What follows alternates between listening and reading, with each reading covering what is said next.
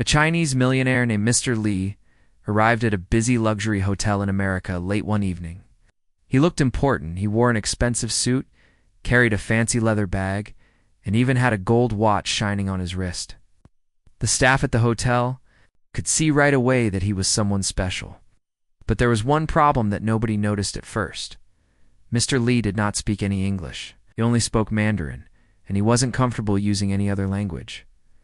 When Mr. Li reached the front desk, he smiled kindly and handed over his passport.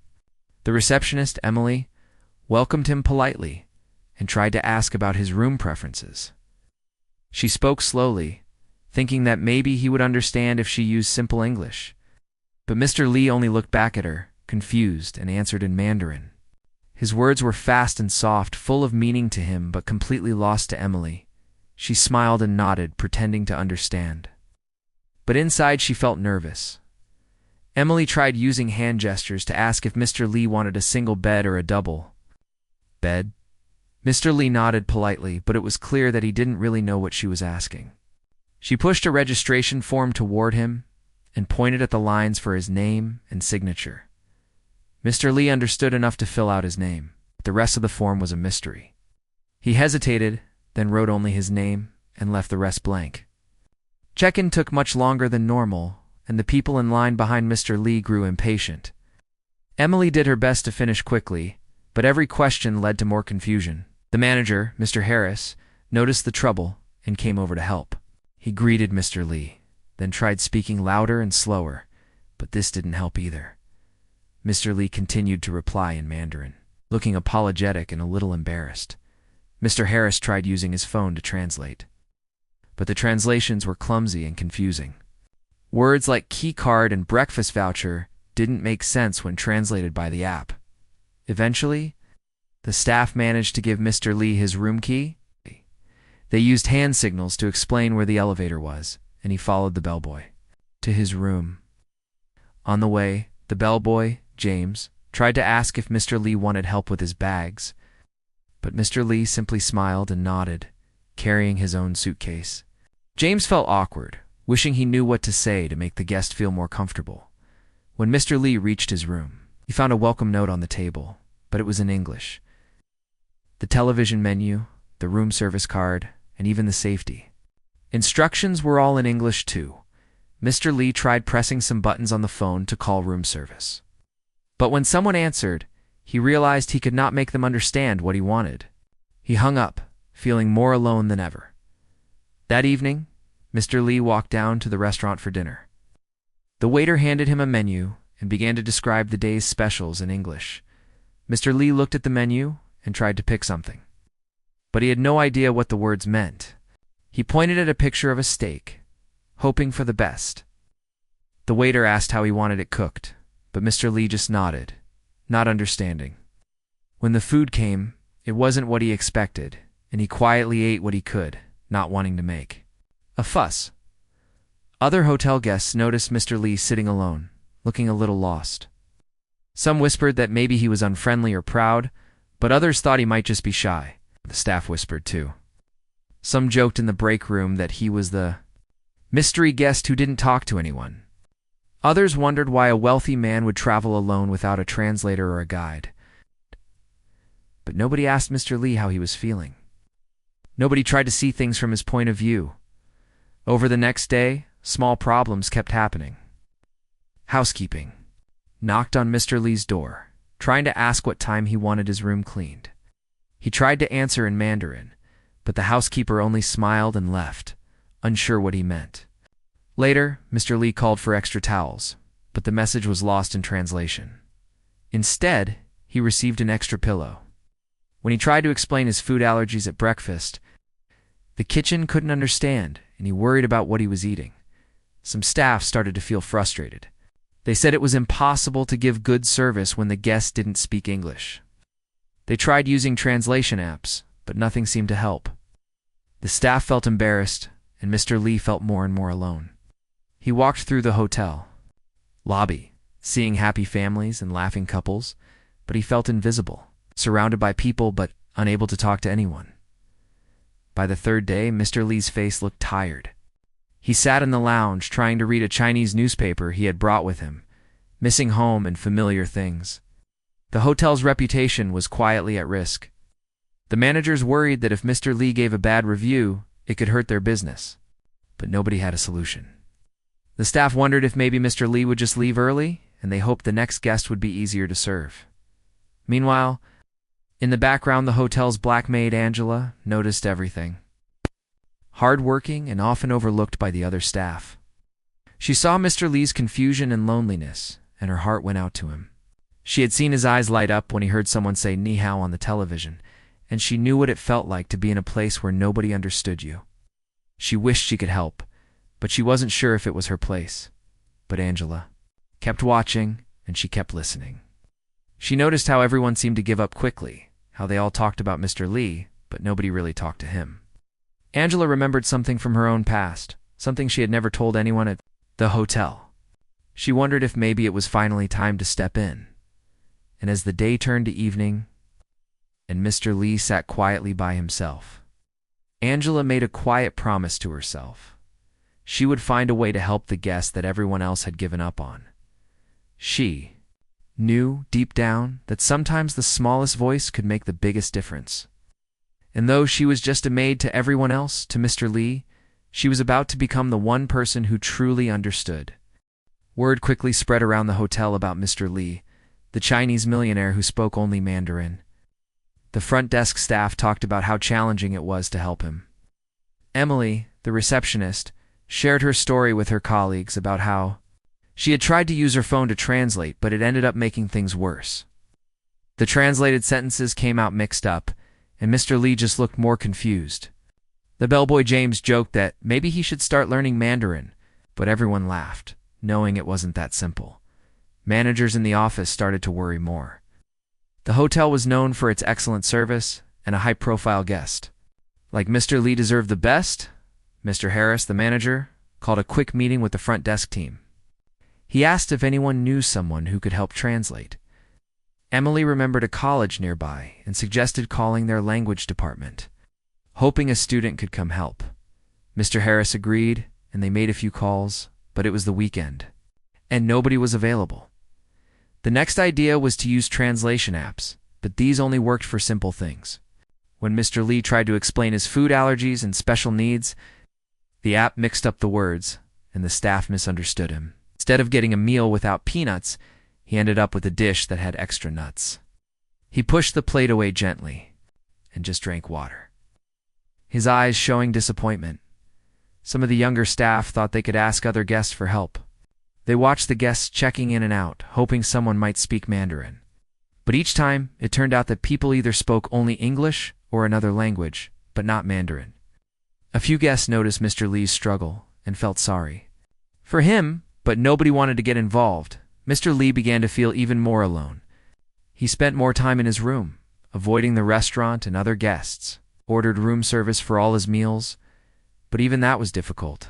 The menu was only in English, and he worried every time he ate, not sure if the food was safe for him. He missed home where he could ask for anything, and people understood him, because the staff could not understand his requests. Small problems grew into big frustrations. One morning, Mr. Li needed to call his bank in China. He tried asking the front desk to help connect the call, but Emily misunderstood. She connected him to the hotel's finance office instead, and the call went nowhere. Mr. Li hung up, looking defeated. Some of the staff started to make assumptions about Mr. Li. A few said he seemed angry or unfriendly because he never smiled or joined in small talk. Others thought he was too proud to try speaking English. In the staff break room, people joked about how he must be a secret agent or a spy because he kept to himself. Nobody realized how much he wished to be understood. Angela, the maid, watched all of this quietly as she went about her work. She saw Mr. Li in the hallway sometimes, always polite and soft-spoken, but looking tired. She noticed the way he read the same newspaper over and over, as if it was his only comfort. She also saw how the other staff seemed to give up quickly whenever there was a misunderstanding with him. One afternoon, Mr. Harris called another meeting to discuss Mr. Li's stay. He told the staff that the hotel's reputation was at risk. If Mr. Lee wrote a bad review or told his friends about his poor experience, it could affect business for months. He asked everyone to keep trying, to think of new ways to help. The team came up with another idea. Maybe they could leave cards with simple pictures in Mr. Lee's room, so he could point at what he needed. Emily designed a set of cards with pictures of towels, pillows, different foods, and other common items. She slipped the cards under Mr. Lee's door that evening. The next morning, Mr. Lee used the cards to ask for more water bottles. It was a small victory, but it was not enough for all the complex things he needed to explain. Feeling more hopeful, the staff tried to use the cards for other guests too, but most people found them unnecessary. The team realized that sometimes technology and clever tricks weren't enough when it came to real human needs. They needed a person who could actually talk to Mr. Lee, someone who could really listen and help. Mr. Lee began to look more anxious. He worried about his business meetings, about his health, and about making mistakes in a country where he couldn't speak the language. One day, a small accident happened. He slipped in the bathroom and tried to call for help. The maid on duty answered his call, but she could not understand what he was saying. She went to the room, but by the time she got there, Mr. Lee had already managed to get up by himself. He smiled at her, embarrassed, and waved her away. In the evenings, Mr. Lee sometimes stood by the lobby window looking out at the city lights. He remembered when he was a young man, traveling for the first time and struggling to find his place. Now, even though he was rich and successful, he felt like that lonely young man all over again. It made him wonder if all the money in the world could really buy happiness, especially when you had no one to talk to. Some of the guests whispered about Mr. Lee, but others felt sorry for him. A few staff members even began to ignore his calls, feeling helpless and frustrated. The hotel managers felt the pressure mounting, knowing that if they didn't solve this problem, it would become a story that might never leave the hotel. All this time, Angela kept watching. She remembered when she first moved to the city how hard it was to make friends and feel understood. She knew the pain of feeling invisible. One day, as she cleaned the hallway outside Mr. Lee's room, she saw him sitting on the edge of his bed, holding his head in his hands. He looked so alone that Angela felt her heart ache. Angela wondered what she could do. She thought about her own hidden skill, her ability to speak Mandarin, which learned from years spent with her grandmother who had lived in China. It was something she never used at the hotel, and nobody there knew about it. She was shy about speaking another language in front of people, worried they would laugh or not believe her. But now she felt a small spark of courage growing inside her that night. Angela sat in her tiny apartment, thinking about Mr. Lee and the troubles he faced. She knew she had to do something. She decided that if she had the chance, she would try to help him. It didn't matter if the other staff thought it was strange. She just wanted to make a difference. The next morning, Angela woke up early, nervous but determined. She practiced a few words in Mandarin quietly to herself, making sure she still remembered how to say everything clearly. As she walked to work, she hoped for the right moment to step in. She didn't know what would happen, but she was ready to try. Back at the hotel, things were reaching a breaking point. The staff was out of ideas, the managers were tense, and Mr. Lee was more isolated than ever. But Angela, the quiet maid with the hidden gift, was about to change everything, and she didn't need fancy technology or clever tricks. She only needed her heart and her words. The morning started like any other for Angela. She wore her usual hotel uniform, tied her hair back neatly, and carried her cleaning cart down the quiet hallways. But inside she felt different. Today she was determined to help Mr. Lee, no matter what the other staff might think. She was tired of watching him struggle, tired of seeing people talk about him as a problem instead of a person. As Angela finished making up a room near the end of the hallway, she heard voices coming from Mr. Lee's room. The door was half open, and she noticed a flustered room service attendant standing in the hallway holding a tray of food. Angela heard the sound of Mr. Lee's gentle but frustrated voice, speaking Mandarin quickly as he tried to explain something important about his meal. The attendant tried repeating a few English words, looking desperate for understanding, but nothing was working. Angela took a deep breath and pushed her cart a little closer. She waited until the room service attendant looked her way, then quietly asked, "Is everything okay?" The attendant shook her head and said, "He's saying something about allergies, but I can't understand him at all. I think it's about the food." Angela's heart beat faster. She nodded, and after a moment's hesitation, stepped into the room. Inside, Mr. Li stood by the table, pointing to the food and speaking anxiously. His hands moved in small circles, trying to show what he meant, but his face looked tired and defeated. Angela waited until he paused, then gently spoke in clear. "Careful, Mandarin. 您需要帮忙吗? 我会说中文. Do you need help?" "I can speak Mandarin." Mr. Li stared at her in disbelief. For a second, it seemed like time stopped in the quiet hotel room. His eyes grew wide, and a smile slowly spread across his face. The relief on his face was clear, like a heavy weight had suddenly been lifted off his shoulders. 你会说中文? He asked in amazement. "You speak Mandarin?" Angela nodded with a gentle smile. The room service attendant's jaw dropped in surprise. Gosh! She had no idea Angela could speak another language, much less Mandarin. Angela calmly explained to her colleague, "He's allergic to nuts and is worried the dish might have them." The attendant nodded quickly, grateful for the help, and promised to return with a safe meal.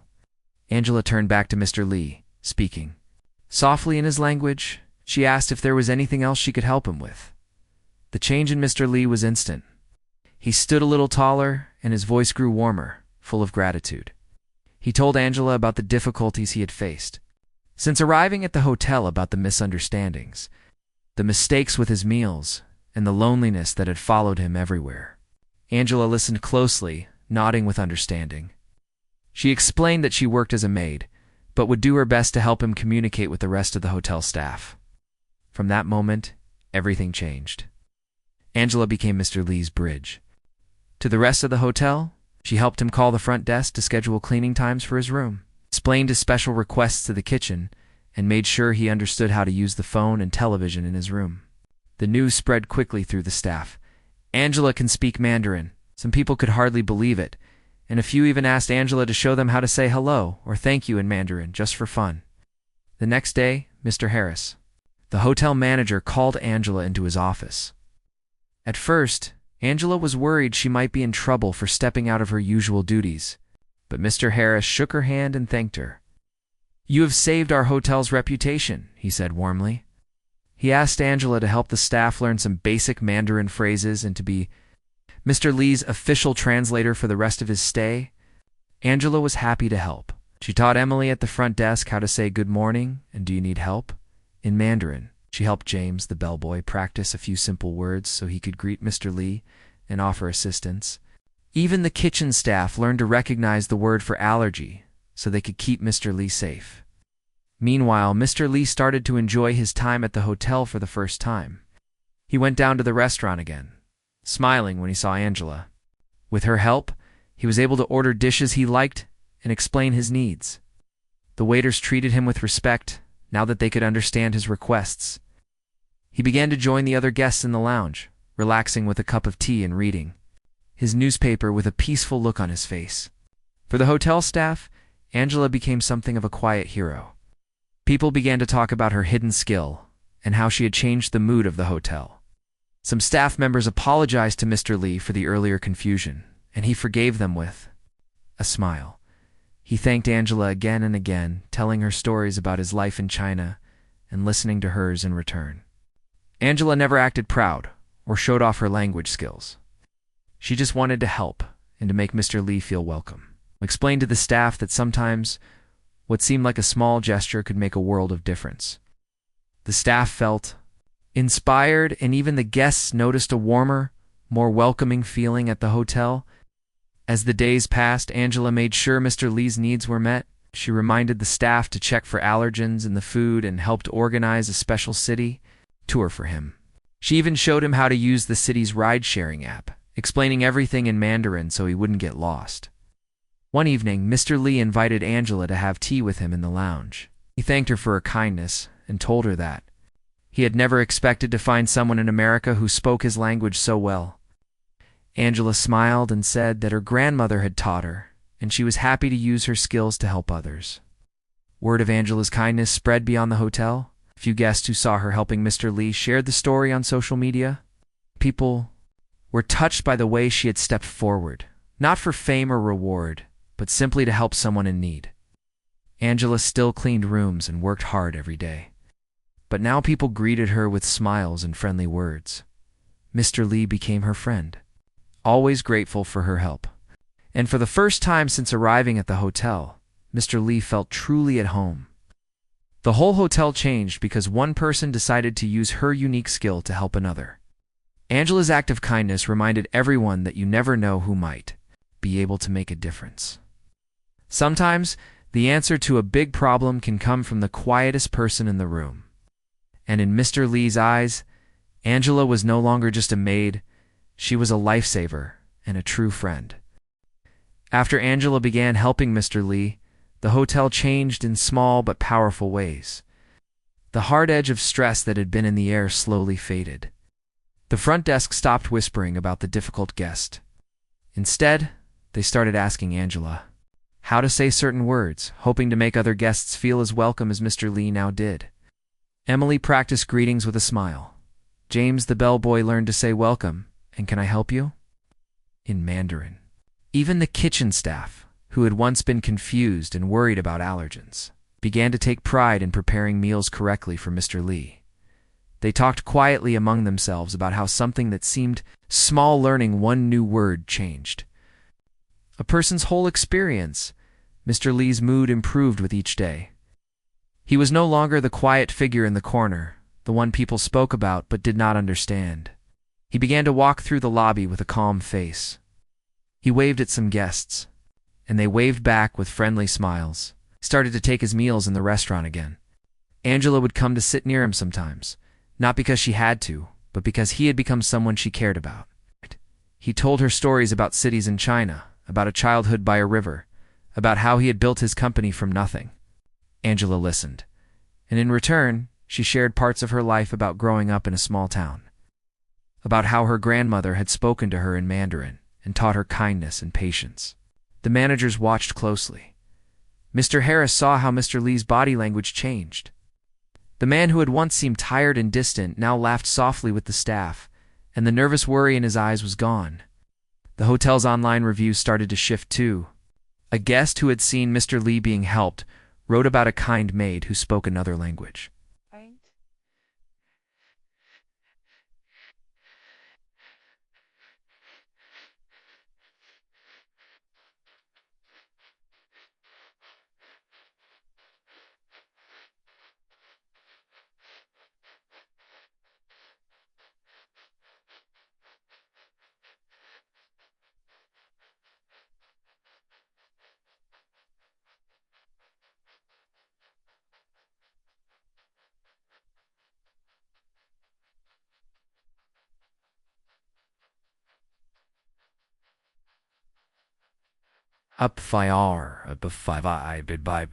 Another guest posted a short video of Mr. Lee smiling with Angela near him, and the caption praised the care he received. Story was quiet at first, but it spread through word of mouth and small posts that did not hype anything. Just truth. Mr. Harris asked Angela to sit in on a short staff meeting. He did not call attention to her because she had done something unusual. He called her because he wanted to learn how to use what she had given them. We have been trying for days to solve a problem with tools and ideas, he said, but this was solved by a person who saw the problem clearly and acted. He asked her to help design a new plan for the hotel to better serve guests who spoke other languages.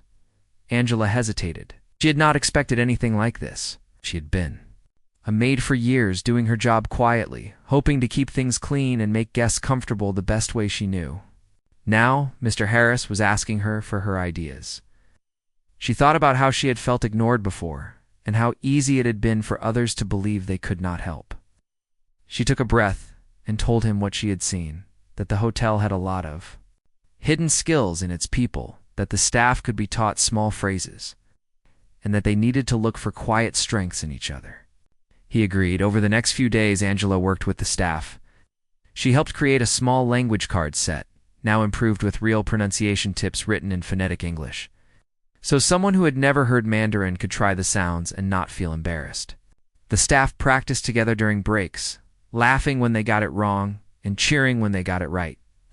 The bellboy James used a phrase to welcome another guest in Mandarin and saw how surprised and happy the guest was. Emily started, putting small greeting cards in different languages on the front desk. The hotel's slogan, which once only meant luxury, began to take on a quiet meaning of care that sees you. Mr. Lee's business meetings went more smoothly. He had to meet with a local partner who wanted to invest in his project. With Angela translating and helping him understand, the conversation was warm and real. The local partner commented that Mr. Lee seemed relaxed and happy. He was not like the usual guest who sits quiet and withdrawn. The partner said later to Mr. Harris, "He talked like someone who belongs here for a moment." The partner asked to meet Angela too, and Mr. Lee smiled when he introduced her. He did not use fancy words, simply said thank you, the way people do when they mean it. And he gave her a small red envelope with a note inside, written in both Mandarin and English. In the note he wrote that he had traveled many places but had never felt so seen. He said that in the most difficult moment, when he felt invisible, someone had stepped forward and shown him kindness with language and with heart. Word reached the higher levels of the hotel chain. Someone called from the main office, asking for more detail about the language help story. Mr. Harris explained how one of their own staff members had brought a change without asking for a reward. He said Angela had helped them understand that service was not only about following rules, but about listening. He said the real value came when people stopped assuming they knew everything and started watching. The person on the call from the main office asked if they could share the story with other hotels. Mr. Harris said yes. But he asked that the story mention Angela by name and that they do something kind for her. Angela, still quiet at heart, did not want a big show. She kept doing her work. Guests now nodded at her with a new respect. She noticed that people looked up when she entered a room, and some of the newer staff followed her quietly. Learning from how she spoke and how she listened, Mr. Lee changed something, too, in the hotel. He had arranged for a small sign to be placed in the staff lunch area, just a simple card that said in English and Mandarin, "Look carefully, talent is everywhere." He did not tell anyone who had put the card there. The next day, the staff looked at it and felt a shared warmth. They all understood what it meant without needing to ask.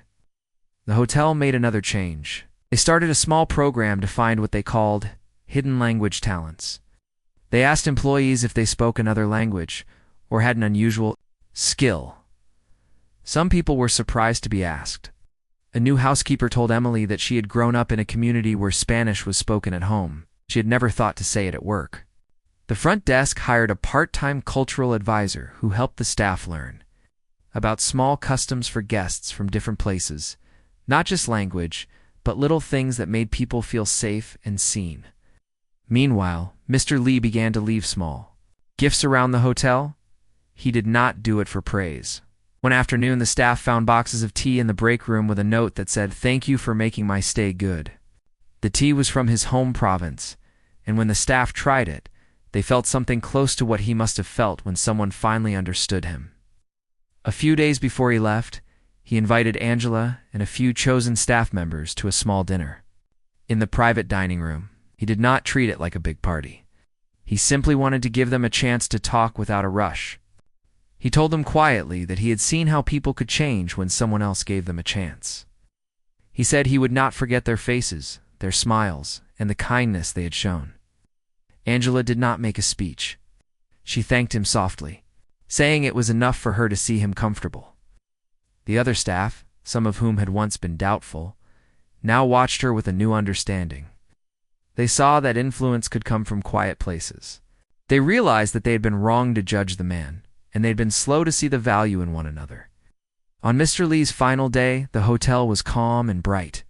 He stood in the lobby with a small suitcase. He looked at the people who had helped him: Emily, James, Mr. Harris, the kitchen staff, and of course, Angela. He shook hands, hugged a few, and when he reached Angela, he bowed slightly, the way some people do, to show deep respect. Then he took her hand and pressed a small envelope into it. Inside was a letter. It said that business had taught him how to build things, but that people like her taught him how to live well in them. He left the hotel with a smile that reached his eyes, and the staff watched him walk away feeling like something had changed in all of them. After he left, the hotel stayed different. They did not forget the quiet lessons. Angela kept working, and sometimes, when she passed by the front desk, she heard Emily or James quietly practicing another word from a new language, smiling as they got it close. The hotel made the language cards set a permanent thing for new staff. They started including a few phrases for common guest languages in their welcome packets. Mr. Lee's partner sent a thank you gift as well, saying that the whole visit had been easier because of the care shown by people who saw the small pieces that make someone feel welcome. What happened with Mr. Lee and Angela settled into the hotel's memory like a warm story people told one another during slow mornings. It was not a big public event. It did not need to be. The change stayed because it came from something real. Angela's quiet help had shown everyone that real service begins with seeing someone who is struggling and choosing to help without being asked. The hotel, once only known for its fancy rooms, became known in a new way, as the place where someone who felt lost could be found, gently, by a voice that knew how to speak what was needed. The day after Mr. Lee left, the hotel felt a little quieter. There was a space in the lobby where his calm presence had been. People still spoke his name with a soft smile, like they were remembering something good, the story of how he had come. Alone, confused and unseen, and how Angela had stepped forward to help, was now part of the way they talked about their work. It had moved from being a rumor in the break room to a quiet truth that shaped how they saw each other. Angela went back to her work as she always had. She still pushed her cart through hallways, still folded towels just right, still knocked gently before entering a room. But things had changed around her. The new housekeeper, who had once been shy now, asked her for help with pronunciation, waved when she passed the front desk, and sometimes left a small thank you candy on the cart when Angela cleaned near the lobby. James offered to carry her bags when she had extra supplies, and she accepted with a grateful nod. The small gestures built up like quiet bricks of respect. One morning, Mr. Harris called Angela into his office again. She felt a little nervous. She had thought the big moment was over when Mr. Lee left. She walked in and saw a different man in the room, a visitor from the hotel's main corporate office. He had a soft voice that showed he had heard the story. Already he sat down and looked at Angela with gentle eyes. "We want to do something," he said. "Not for show. Something real. Mr. Lee asked us to make sure you were recognized. He said you changed more than a guest's stay. You changed how the hotel sees people." Angela blinked. She had never asked for anything. She had only followed a quiet feeling that it was right to help. The corporate visitor opened a folder and pulled out a piece of paper. It was an offer, not a high title with a long name, but something honest. The hotel wanted her to become a cultural care liaison. Her job would include helping welcome guests with different languages, training newer staff in basic phrases, and being a quiet voice when a guest felt lost. It came with a modest raise and a little more respect built into the daily routine. She would be invited to some planning meetings, given a small office space where people could find her when they needed help, and the hotel would write in her file that she had gone above and beyond. Angela said, "Thank you." She did not shout or show off. She took the paper, read it slowly, then looked up and said, "I will keep doing the same. I just want people to feel seen." The man smiled and said, "That is why we asked you. We want to make it easier for you to help others." Mr. Harris, standing nearby, nodded. He added quietly, "You taught us to look closer, and we have to keep looking." Word of the new position spread too, but it did not spread like gossip. It went like warm news, the kind people quietly pass during a slow shift. Few weeks later, the hotel held a small, private gathering. There were no big banners or cameras, just the staff who had been part of the story. Mr. Lee had sent a short video message. He spoke in Mandarin, and Angela and a few others translated for the group. He said he was grateful in a way that felt deep. He said he had come to a foreign place and felt lost, and then someone saw him. He called Angela the bridge that brought home to a stranger. He told them all to always look for the quiet gifts that people carry, because those gifts could change lives. After the message, Mr. Harris stood up. He asked Angela to say a few words, and she simply said, "Help when you can. Listen when you see someone alone. That is enough." The room filled with soft clapping. The new housekeeper, who had once thought her own background didn't matter, came up to Angela and said, "Thank you for showing me I can use what I have." Others followed, sharing small stories about how they had tried a phrase with a new guest and seen the surprise and gratitude. The story did not stay inside the hotel forever. One of the guests who had watched Mr. Lee's last dinner wrote a short message on a travel blog. She described how she had seen a kind maid speak another language, and how that changed the whole feeling of the place. The message was simple, just like the story itself. People commented, and someone from another city's hotel chain asked the managers if they could learn what the hotel had done. Mr. Harris shared the plan, but he always mentioned Angela first, and he sent her a copy of what he had written, so she could see her name told with truth. The hotel added the story to its training for new staff. It was not a long chapter, not a fancy video. Just a short note. There was a man who could not speak our language, and a maid who could. She chose to help instead of waiting. That is what we mean by service. New employees read it and often asked their trainers more about Angela. Some came to her quietly and said, "I speak a little of my grandmother's language. Do you think it could help someone?" She would smile and teach them a few phrases. It became normal to ask, "What languages do you have in your family?" instead of assuming people only had one way to help. One evening, weeks later, a new guest arrived. He was a young businessman from South America. He spoke Spanish, and the front desk staff had never met someone from his country before. Emily remembered Angela's quiet lessons and pulled out a small card she kept in a drawer. It had the few phrases Angela had taught her for welcome and questions. She tried them, stumbling a little, but the guest's eyes lit up. He smiled wide and told her in English, "You made me feel like I belong here." Emily looked down and whispered, "Thank Angela." She sent a quick message to Angela, who came out of the staff room with a soft laugh. And together they helped the guest feel seen. Angela kept working her way through the hotel. Her life did not change like a storybook with fireworks, but it changed in ways that lasted. She had a small corner of the staff room with a plant on the shelf. Mr. Lee had sent the seeds, and she had grown it herself. The plant kept growing, and she watered it with care. Reminded her of how small things can grow when someone waters them. The cultural care liaison position gave her a little more time to speak with guests who were confused. But mostly it gave her a seat at the table when plans were made. She still quietly fixed beds, still kept rooms clean, and still offered a kind word when she saw someone who looked tired. One day a new manager came in from another city. He asked to meet the staff who had helped shape the hotel's new culture. He was led to Angela. He expected a formal talk, maybe a presentation. Instead, she cleaned a small table, smiled, and told him the story the same way she had told Mr. Harris. "I saw a man alone. I spoke to him. Then others saw how easy it was to try. He listened. And then he asked, 'What advice would you give my hotel?' She said simply, 'Look, ask. Don't wait for big problems. Help early, and you will see things you did not know were there.'" He nodded. And later, he sent her a short letter saying that he had taken her words to his own hotel and was seeing new quiet changes already. The hotel began to do something else. On the first day of each new month, they held a very short moment in the staff room. No one called it an award. They called it notice. Someone would stand and say the name of a staff member who had done something small that helped a guest feel seen. Sometimes it was a housekeeper who had spent extra time helping a disabled guest. Sometimes it was a front desk worker who remembered a name from a return visitor.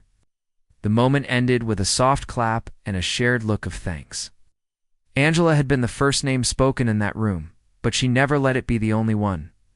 Months later, a simple plaque appeared in the back staff area.